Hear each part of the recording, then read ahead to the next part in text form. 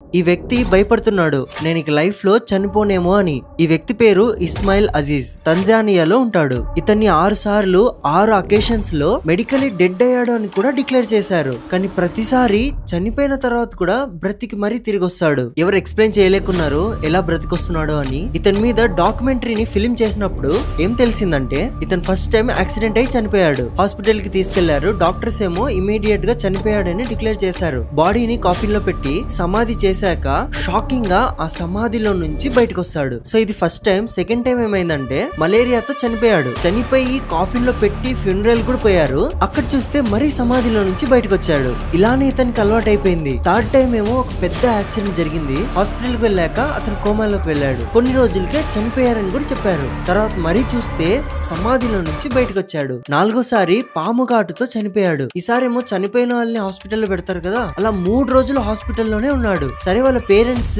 చూడడానికి వెళ్తే మరీ ఆ రోజు లేచి కూర్చున్నాడు. ఇలానే అవుతున్నాగా విలేజ్ జనాలు భయపడి, ఇతనేమో మంత్రాలుడు అని భయపడి వాళ్ళకే ప్రమాదం వస్తుందని ఈ వ్యక్తి వాళ్ళ ఇంట్లో ఉన్నప్పుడే ఆ ఇంటి మొత్తాన్ని కాల్చేస్తారు. ఆ తర్వాత కూడా ఆ ఇంట్లో నుంచి కాలిపోతుండగానే మళ్ళీ బయటకు వస్తాడు. ఇలా ఇతను 6 టైమ్స్ చనిపోయి కూడా మళ్ళీ బ్రతికొచ్చాడు. ఇప్పుడు ఇతన్ని గ్రామానికి దూరంగా ఐసోలేట్ ప్లేస్ లో పెడతారు. అతను జాబ్ చేసేకి లేదు, డబ్బులు సంపాదించే కూడా లేదు. ఎందుకంటే అతన్ని ఎవరు దగ్గర తీసుకోవట్లేదు కాబట్టి.